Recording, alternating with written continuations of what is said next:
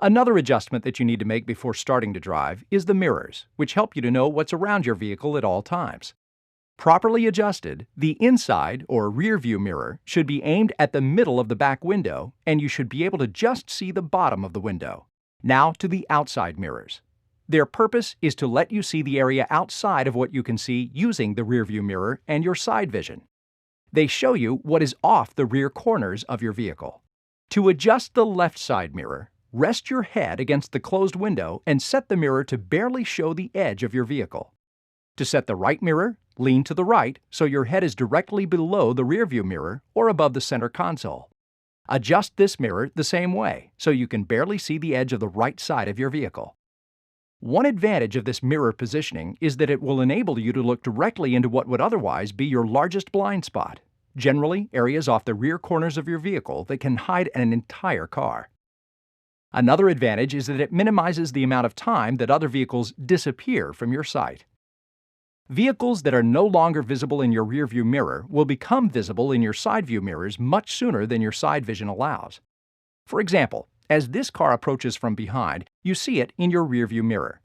As it moves out of the rearview mirror, you see the car move into your side view mirror. As the vehicle continues past, you pick it up in your side vision.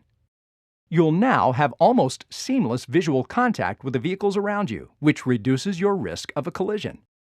Still, even if a lane looks all clear in your side mirror, it's still best to look over your shoulder before changing lanes. That's the only way to be absolutely sure the space you want to move into is open. Also, positioning your mirrors this way can help reduce the glare of headlights from vehicles behind you. This can be especially helpful for preserving your night vision.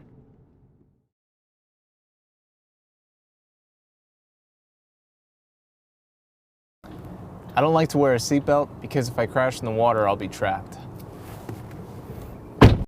Although this is a common perception, research shows that most people get stuck in burning or submerged cars because they're unconscious or were killed instantly in the crash. If you wear a seatbelt as a passenger, it looks like you don't trust the driver. You can always explain that it's just a habit that you picked up, or that it's the other drivers on the road that you don't trust. If I'm in a collision, I think I'd rather be thrown clear of it than stay in the vehicle. Although seatbelts can bruise the chest or hip bone in a collision, those injuries are minor compared with the injuries caused by flying through a windshield. Because I'm busy and putting on a safety belt just takes too much time. Let's take a look at that. That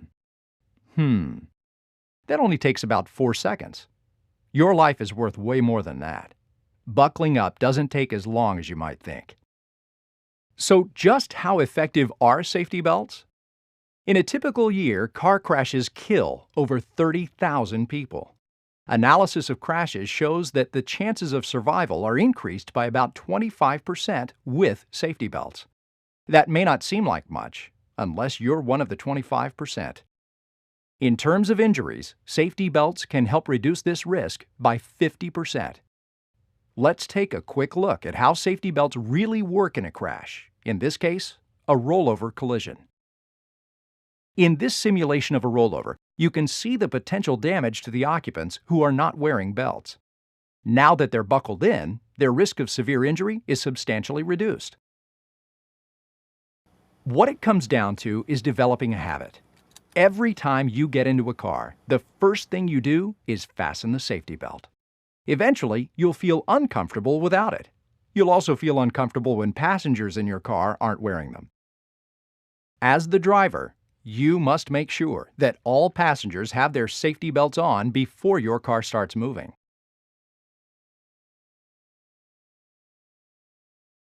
Most new cars these days have anti-lock brake systems. In a vehicle equipped with ABS, a sensor detects when a wheel stops turning. As soon as this happens, the anti-lock brake system relieves the pressure just enough to allow the wheel to turn again. The main benefit of ABS brakes is that they allow you to retain some steering control while braking. However, contrary to popular belief, anti-lock brakes do not shorten your stopping distance. With ABS, it takes just as long to come to a stop as it does in a car without ABS, in dry or slick conditions. You know your vehicle is equipped with anti-lock brakes if you see the ABS icon lit up on the dash when you start the vehicle. If you need to slow down in an emergency in a car with anti-lock brakes, use the stomp and steer method. The computerized braking system will take care of the rest. Press firmly, but do not pump the brake. When you put on the brakes hard enough to make the wheels lock momentarily, you'll typically feel the brake pedal pulse back against your foot. This is normal. A driver who isn't used to the pulsing or other sounds made by ABS may think the brakes are not working properly. In vehicles without ABS, the wheels might lock up if you press the pedal down too hard. If the wheels lock, release the brake pressure slightly so they can begin turning again. With or without anti-lock brakes, the best way to make a controlled stop is to press firmly on the brake pedal. With your heel on the floor, use your toes to apply firm, steady pressure.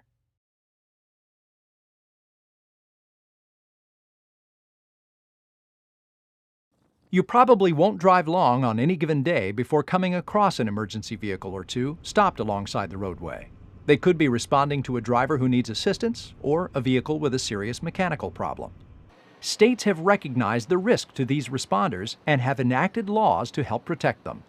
Here's how it works. If the emergency vehicle is on the right side of the road and you're approaching in the right lane, you should safely change at least one lane to the left to give the responders more room to work.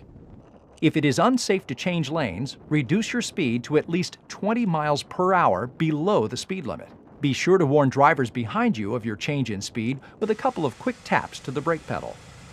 If the emergency vehicle is on the left side of the road, just do the opposite. Safely change lanes to the right or decrease your speed. Whether or not they are required by a state law, these maneuvers can help protect emergency responders, and they just make sense.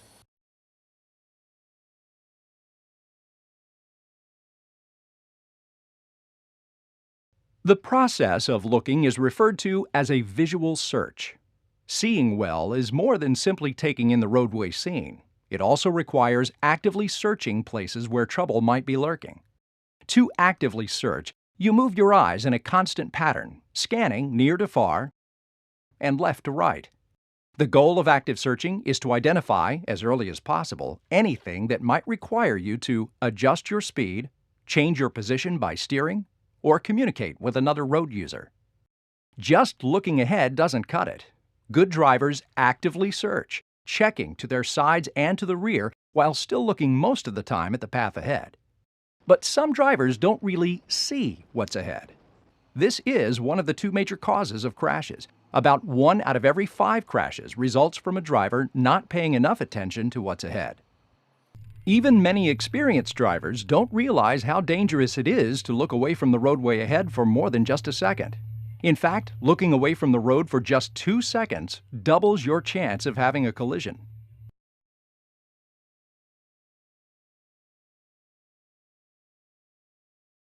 This is one of the more common crashes. About 30% of all crashes involve a rear impact collision, and all of them could be prevented with more space. It doesn't matter if the vehicle ahead stops suddenly without any warning, and it doesn't matter why it stopped. Remember, your speed at any given point also affects how much space you need in front of your vehicle. The faster you go, the more room you'll need to stop, and the further behind you need to be. In clear, dry conditions, you should stay between 3 and 4 seconds behind the car ahead of you. That should give you enough time to slow or stop if the driver ahead slams on the brakes for something you can't see. Fortunately, there's an easy way to establish a 3 to 4 second following distance at any speed. Here's how to do it.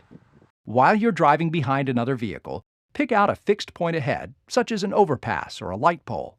Then, as the rear of the car ahead passes by that point, start counting out loud. 1001, 1002, 1003, and so on.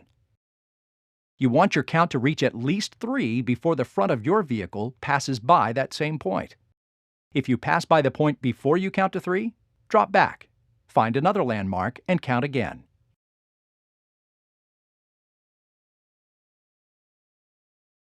You may also find yourself driving around motorcycles and scooters. For several reasons, there is additional risk anytime these vehicles are nearby.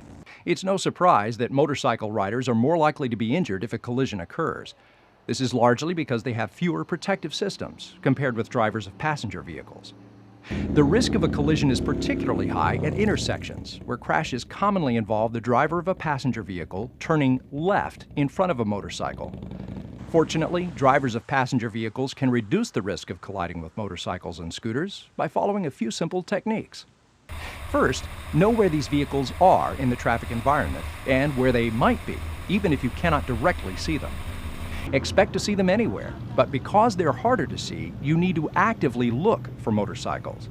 Second, carefully check for motorcycles when changing lanes. Make absolutely sure the space is clear before you start your maneuver.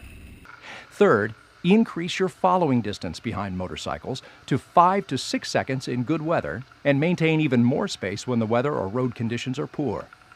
Lastly, always assume that a motorcycle or scooter is nearby and give them plenty of room. It's common to become drowsy or fatigued while driving, especially when driving late at night or on long, boring roads. And when drivers become tired, their driving abilities suffer. Drowsiness can negatively affect every aspect of driving. In fact, the effects of fatigue can be similar to the effects of alcohol. That's one reason why drowsy driving is recognized as a leading cause of traffic crashes. It's estimated that over 100,000 crashes are caused by drowsy driving each year. Plus, about 1 out of every 6 fatal crashes involves a drowsy driver. But who are these drivers? Who tends to fall asleep behind the wheel? First, it's drivers who are sleep deprived, who haven't gotten enough sleep. In fact, just staying awake for 18 hours straight can cause impairments in your driving ability approximately equal to a blood alcohol level of 0.05%.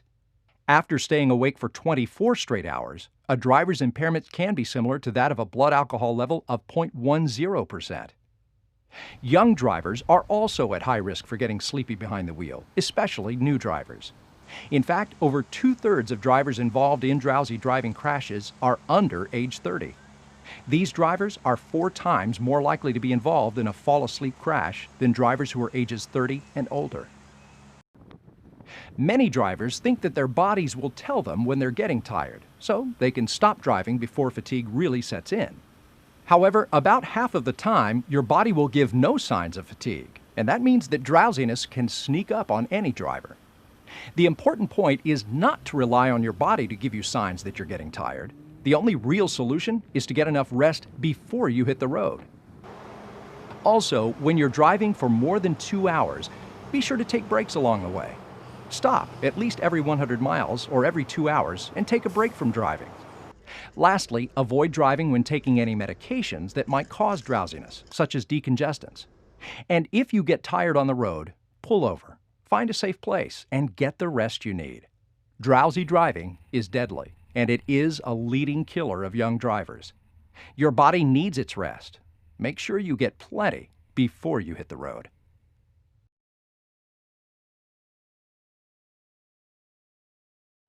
Here's another situation that can lead to danger. The car may have been forced off the road, or the driver may just not have been paying attention. Recovering from this situation requires special skills. Driving off the edge of the roadway, even with just one side of the vehicle, can be very risky because it can easily lead to a rollover crash. Recovering from an off-road experience can be challenging. For one thing, the surface at the side of the road may be several inches lower than the pavement. Also, the roadside surface may not be paved. If you find yourself in this situation, follow these steps. First, remain calm and keep the steering wheel pointed straight, even if you're half on and half off the pavement. Second, gently ease off the accelerator. You want to start slowing down, but without upsetting the balance of the vehicle. Third, unless something is directly in your path ahead, do not try to steer back onto the roadway until your speed is lower. Let the car slow as much as possible before trying to get back on the road. Lastly, check for traffic from behind, signal, and turn back onto the road. No problem. But sometimes obstructions like a telephone pole or a parked car necessitate a quicker return to the road. The best steps in this situation are to coast in order to lower your speed as much as you can in the distance you have. Then turn the wheels sharply toward the road. Then, in almost the same motion in the opposite direction, turn back the other way to keep from crossing into a far lane. It's a quick 1-2 left-right action. The most common mistake is panicking and trying to get back on the road too fast, or edging gradually back and having the tires catch the edge of the pavement. The result can be disastrous.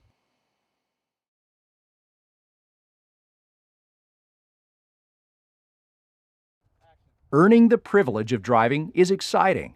It may not be that long before you'll legally be able to drive on your own, but it's also serious. In fact, for most young people, driving is their first true adult responsibility, complete with real-world consequences. Unfortunately, many new drivers don't take driving as seriously as they should, and they drive in a risky manner. As a result, motor vehicle crashes are the leading cause of death for teenagers. Unfortunately, many drivers consider driving to be a right instead of a privilege. But make no mistake, in no state do drivers have a right to drive. They can only earn the privilege of driving. Some new drivers believe that once they get their full driving license, they become experienced drivers. However, this is not true. The fact is, it takes about 5 years to reach the ability level of an average driver on the highway. As good as you become as a result of driver education and supervised practice driving, you won't be anywhere close to experienced for at least 5 years. It's important to realize that any time you're behind the wheel, you are in control. You determine your speed, you determine your vehicle's position, and you determine how you interact with other roadway users.